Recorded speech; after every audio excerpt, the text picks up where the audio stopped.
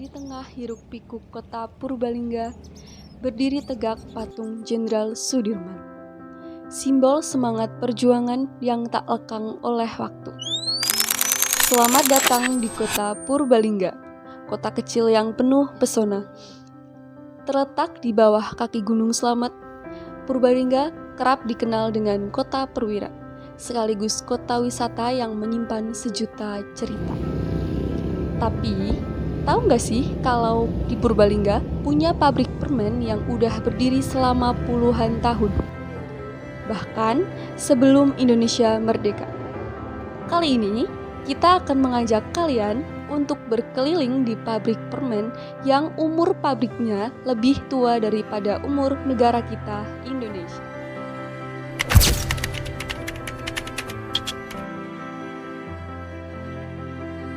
Sejak tahun 1931, saat Indonesia masih dalam bayang-bayang penjajahan, PT Slamet Langgeng sudah berdiri kokoh, tidak hanya tentang industri, tapi juga tentang kehidupan, budaya, dan nilai kekeluargaan yang melekat di dalamnya. PT Slamet Langgeng merupakan bangunan tua yang menjadi saksi bisu perjalanan panjang permen Davos. Dengan arsitektur yang tak pernah berubah, pabrik ini sengaja dipertahankan agar tetap mengingatkan kita pada masa 1931. Saat pabrik ini pertama kali berdiri, saat para pekerjanya mengenakan kebaya sebagai pakaian sehari-hari. Setiap sudut bangunan mencerminkan keadaan ekonomi pada era tersebut, membawa kita pada nostalgia akan kerinduan yang dilandasi oleh penghormatan terhadap warisan budaya. Keautentikan ini menjadi bagian dari jiwa Davos, yang tidak sekedar tentang produk permen, melainkan tentang kisah hidup yang terjalin seiring waktu.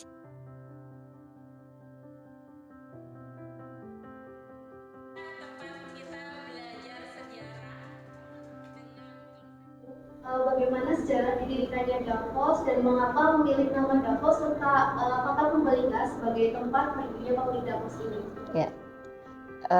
Sejarah didirikannya Davos itu dari 1931 itu terinspirasi, nama Davos itu terinspirasi dari salah satu kota di Swiss, ya, kota yang kota pegunungan, kota nuansanya sangat sejuk gitu ya, segar udaranya, dan beliau Bapak Sim Kijang, sang pendiri PT Slamet Langgeng ini kepingin membawa nuansa itu ke Indonesia gitu, yang bisa dinikmati oleh banyak orang, di mana pada saat itu permen mint itu adalah permen untuk orang-orang yang memiliki kasta tinggi. Tapi Bapak Sim Kijang kepingin produk ini nantinya bisa dinikmati oleh semua kalangan, gak cuma yang kasta tinggi aja. Sehingga nama produk kami ini dinamakan Davos, yaitu terinspirasi dari salah satu kota pegunungan yang sejuk, yang udaranya segar di Swiss. Kota Purbalingga ini kan memang tempat lahirnya si pendiri Bapak Sim Kijang, tempat tinggalnya juga memang lahir di sini, tinggal di sini. Jadi beliau merintis usahanya di tempat tinggalnya, kayak gitu. Jadi Purbalingga ini adalah tempat berdiri awalnya PT Slamet Langgeng untuk memproduksi permen Davos, dan sebenarnya ada cerita sendiri dari PT Slamet Langgeng. Slamet Langgeng ini kan kami ambil juga dari nama sebuah pegunungan di Purbalingga, yaitu Gunung Slamet. Dan langgeng itu adalah kata sebagai ucapan doa bahwa usaha kami ini, kami berharap semoga usaha ini berlangsung lama sekali, bisa beroperasional lama sekali, langgeng sampai anak cucu cicit dari generasi ke generasi bisa beroperasional terus secara langgeng. Untuk permen Davos itu sudah berapa generasi? Untuk permen Davos sekarang menuju ke generasi keempat. Dari karyawan yang bekerja di sini itu ada berapa, Bu? Karyawan yang bekerja di sini kurang lebihnya itu semuanya total sekitar 250-an.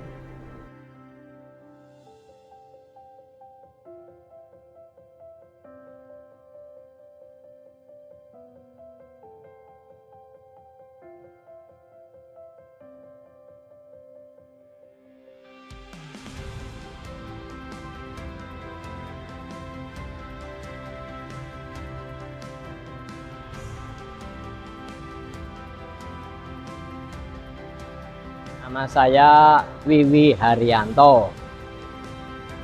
Lahir tanggal 9 Juli tahun 1960. Awal saya masuk kerja di PT Slamet Langgeng itu tanggal 4 Februari tahun 1982. Tepatnya hari Kamis. Saya mulai bekerja di PT Slamet Langgeng itu di bagian produksi. Sampai hari ini masih di bagian produksi. Lalu sampai bertahan selama ini 43 tahun itu diawali dari penataan ruangan ini belum seperti ini. Jadi pada saat saya masuk sini penataan alur produksinya juga belum mengalir dengan baik, sehingga saya mencoba menata alur produksi itu mengalir menjadi efisien. Sampai lalu ada pembenahan ruang ini. Sebenarnya gedung ini masih gedung lama, hanya ditambahi aksesoris yang ada ini untuk menjadi lebih menarik. Dan mobil-mobilnya itu juga mobil-mobil dari tahun yang lama juga, jadul. Juga termasuk alat transportasi untuk mengirim barang itu dulu pakai gerobak. Kalau istilahnya itu ada yang mengistilahkan cikar apa-apa itu juga dari dulu itu. Nah, dulu saya masuk ke sini itu masih memproduksi ada limun, ya, teh botol, terus ada permen Kresno. Nah, sekarang yang masih ada itu permen Davos roll, itu yang legend itu. Nah, lalu berkembang menjadi ada permen Davos look, ya, yang look yang hijau. Lalu berkembang lagi menjadi permen Davos mini yang biru ini. Nah, lalu ditambah lagi dengan mengikuti zaman itu permen Davos klasik yang pilopek itu. Nah, yang ini, yang ini bersamaan dengan Davos Mail yang warnanya hijau itu. Lalu berlanjut sampai dengan produk yang Davos Oxy, sampai kemarin baru launching bulan apa ya tepatnya ya, bulan Juni kalau tidak salah. Ini apa, bulan September, Agustus, ya sekitar Junian.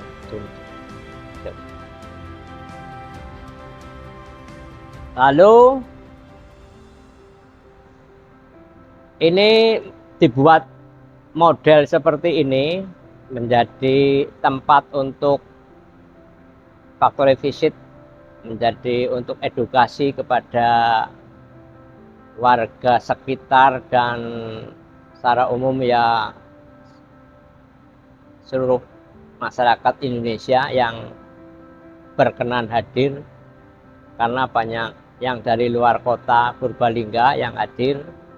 Kemarin hari Selasa itu dari Cirebon, lalu dari Tasik ya pernah ada, dari Jogja, pokoknya banyak kota-kota yang sudah hadir di sini untuk melihat secara langsung proses produksi dan mengetahui bagaimana PT Slamet Langgeng dari tahun 1931 sampai dengan sekarang 2025 masih eksis seperti itu. Jadi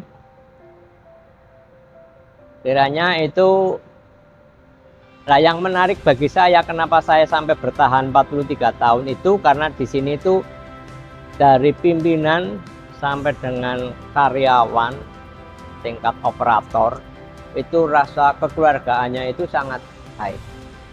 Jadi saling memperhatikan, akhirnya jadi saling mendoakan supaya PT Slamet Langgeng menjadi selamat dan langgeng.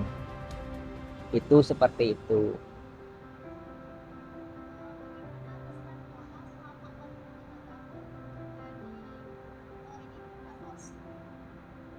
Kesannya, menurut saya kesannya itu sangat baik ya, karena dari manajemen itu memperhatikan karyawannya itu sungguh dengan hati, sehingga menyebabkan karyawan itu menjadi kerasan seperti itu. Saya sudah membuktikan selama 43 tahun itu sampai generasi yang sekarang itu ya memperhatikan dengan peristiwa-peristiwa di keluarga karyawan. Contohnya seperti ini, kalau ada keluarga karyawan yang punya hajat, terus ada peristiwa di keluarga, pimpinan juga mau hadir, kan jadinya itu kan rasa kekeluargaan yang menurut saya baik seperti itu. Bagaimana strategi pemasaran dari permen Davos di masa sekarang? Davos ini kan umurnya sudah 94 tahun ya, tentunya sudah melewati dari masa ke masa, masa penjajahan, masa krisis, masa pandemi gitu kan, bahkan masa-masa tersulitnya kami di masa-masa Jepang itu. Kalau untuk sekarang ini kan sudah beda ya. Sekarang ini kan masyarakat itu tuh cara konsumsinya juga udah mulai banyak yang beralih ke online kayak gitu kan. Nah tentunya kami mau nggak mau kami harus bisa menyesuaikan cara belanjanya masyarakat Indonesia kayak gitu ya. Ini kami juga banyak buka platform-platform untuk online-nya seperti ada kan beberapa platform lah ya gitu. Terus juga kami juga iklan tentunya di beberapa sosial media juga gitu. Terus di masa-masa sekarang ini juga kan kami membuka wisata edukasi seperti di factory visit yang selama ini sudah kita lakukan, yaitu untuk memperkenalkan produk kami ke generasi-generasi penerus gitu. Sehingga generasi penerus saat ini baik anak kecil maupun anak-anak muda sekarang itu tahu pabrik Davos di mana, permennya seperti apa, dan lebih mengenal secara dekat. Kemudian bagaimana cara branding yang dilakukan oleh pihak Davos hingga bisa eksis selama 90 tahun? Untuk branding sih sebenarnya ya tidak terlalu ini ya, karena kan mungkin banyak perusahaan-perusahaan yang lain melakukan branding yang lebih fantastik, yang lebih karena dia melalui iklan di TV, melalui sosial media, melalui semuanya all strategi pemasaran mereka lakukan. Tapi untuk Davos memang terus terang branding kami lakukan lebih ke offline ya, belum pernah iklan di TV bahkan gitu ya. Tapi alhamdulillahnya karena sekarang itu juga di era sekarang itu kan eranya digital gitu. Jadi kami memperkenalkan produk kami melalui digital, dan kalau yang dulu kami ya biasa melalui offline, pakai kayak semacam spanduk, pakai poster kayak gitu ya. Nah, kalau untuk sekarang mungkin lebih relevan itu menggunakan memaksimalkan gitu ya, memaksimalkan sosial media. Kemudian untuk memasukkan varian baru mengenai Davos itu butuh berapa lama, Bu? Oh iya, ini ya. varian baru ini Davos Oxy. Teman-teman perlu diketahui bahwa Davos ini tuh semua varian itu kita menggunakan gula asli tanpa pemanis buatan sama sekali. Jadi insya Allah aman untuk dikonsumsi siapa saja. Dan setiap varian-varian ini memiliki cerita tersendiri. Bahkan untuk Davos Oxy yang terbaru ya. Untuk Davos Oxy ini mengandung antioksidan. Ya, ini jadi ada added value-nya, bukan cuma sekedar Davos atau bukan cuma sekedar permen, tapi ini juga ada kandungan antioksidan yang sudah teruji secara BPOM di sini, bahkan sampai ditulis tebal. Ini sudah teruji secara BPOM mengandung antioksidan yang sangat bermanfaat untuk menangkal radikal bebas, untuk sebagai bahkan kalau penting banget ya buat perempuan ya, gitu kan, antioksidan kan. Jadi perempuan biasanya makan buah kan karena mengandung banyak antioksidan. Nah sekarang itu makan permen Davos mengandung banyak antioksidan.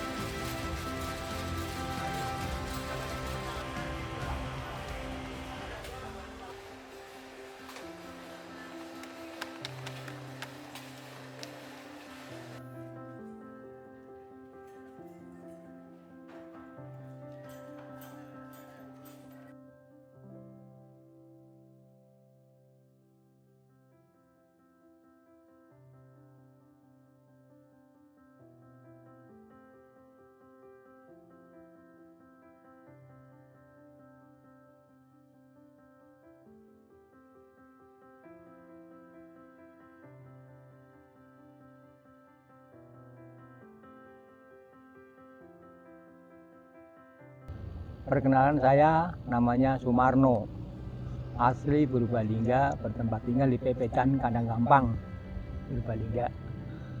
Bapak, sejak tahun berapa Bapak kenal permen Davos dan mengonsumsinya?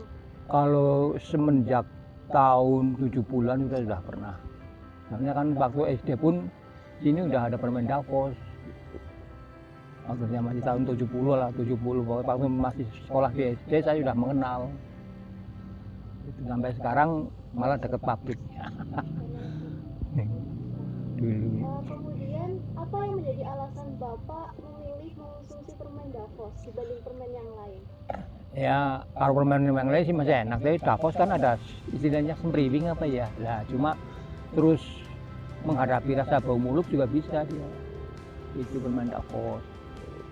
Bagaimana pesan Bapak selama bertahun-tahun mengonsumsi permen Davos, Pak?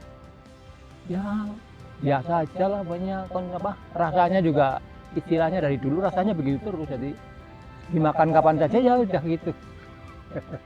Sejak saya SD gitu udah kenal saya. SD sekitar dulu 68-an lah. 68. Berarti rasanya itu konsisten apa ya? Rasanya memang dari dulu gitu. Dari dulu memang rasanya begitu. Rasa Davos begitu.